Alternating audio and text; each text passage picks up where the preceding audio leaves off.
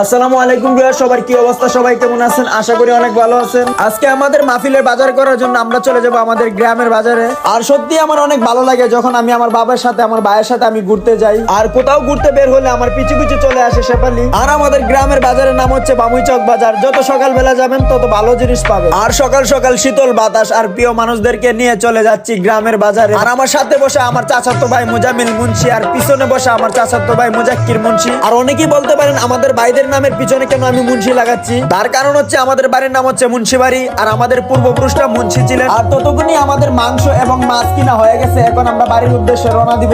আর সাথে আছে আমার বাবা, যে মানুষটা আমাকে সবসময় সাহস এবং ভালো পথে চলার উপদেশ দেয়। আর আমার জীবনে যত চাওয়া পাওয়া সবই আমার বাবা। আর আমার জীবনে যদি কোনো সফলতা আসে সেটার মূল কারিগরি হবে আমার বাবা। মাছ মাংস কিনা শেষ করে চলে আসলাম আমাদের সেই মুন্সি বাড়িতে। আর আমি যেখানে থাকি না কেন, যখন আমি চলে আসি আমার বাড়ির রাস্তায়, তখন আমার মনে পড়ে যায় সেই ছোট্টবেলার কথা। কতই না স্মৃতি জমে আছে এই রাস্তায়। আর এই মাহফিলের বাবুর্চি হচ্ছেন আজি মোহাম্মদ এনাম চাচা। এই মানুষটি হচ্ছেন একজন সমাজসেবক, প্রতিবাদী এবং সাহসী একজন মানুষ। আমাদের এই সমাজ বেঁচে আছে কিছু সাহসী এবং প্রতিবাদী মানুষের জন্য, যারা সত্য কথা বলতে কখনোই ভয় পায়। অন্যদিকে ডেকোরেশনের লোকগুলা মাইকগুলা ফিট করে ফেললো। আলহামদুলিল্লাহ, আল্লাহ অবশেষে আমাদের মাহফিল শুরু হয়ে গেল।